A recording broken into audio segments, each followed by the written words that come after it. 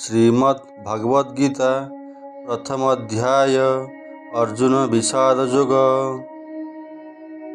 न कांक्षे विजयं कृष्ण न च राज्यं सुखानि च किं नो राज्येन गोविदं किं भोगै जीवितेन वा येषामर्थे काङ्क्षितं नो राज्यं भोगा सुखानि च त इमेव स्थिता युद्धे प्राणां त्यक्त्वा धनानि च। हे कृष्ण, मु विजय राज्य बा तद्वारा मिलुथिबा सुख चाहू नहीं। सेही राज्य सुख बा जीवन रू कौन मिलिब जदि जहा पाई आमे याकू हासिल करबाकू जाउछु सेमाने ही आम सम्मुखरे युद्धरे ठिया होइथांती। हत्या करिबा पाप अटे। एही भावनारू अर्जुनଙ୍କ ठारे द्वंद्व सृष्टि ହେଲା।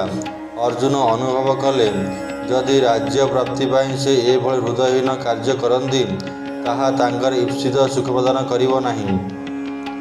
एही विजयर आनंद से तांकर बंधु एवं आत्मीयଙ୍କ सहित भोग करिपारिबे नाही, कारण सेमानंकु हत्या करी ही से एही विजय हासिल करिवे। एठारे अर्जुन निम्न स्तर भावना प्रकाश करुछंती एवं भूलरे ताहाकु दिव्य भावना मन करुछंती। सांसारिक विभव एवं मायिक समृद्धि प्रति उदासीनता एक प्रशंसनीय आध्यात्मिक गुण अटे, किंतु अर्जुन ताहाकु आध्यात्मिक चेतनार अनुभव करुनाहांती। से अनुभव करुथिबा संवेदना तांकर मोहर छद्म रूप अटे। सद्भावना आंतरिक समन्वय सृष्टि करी परितृप्ति प्रदान करने सहित आत्मा को आह्लादित करिथाए।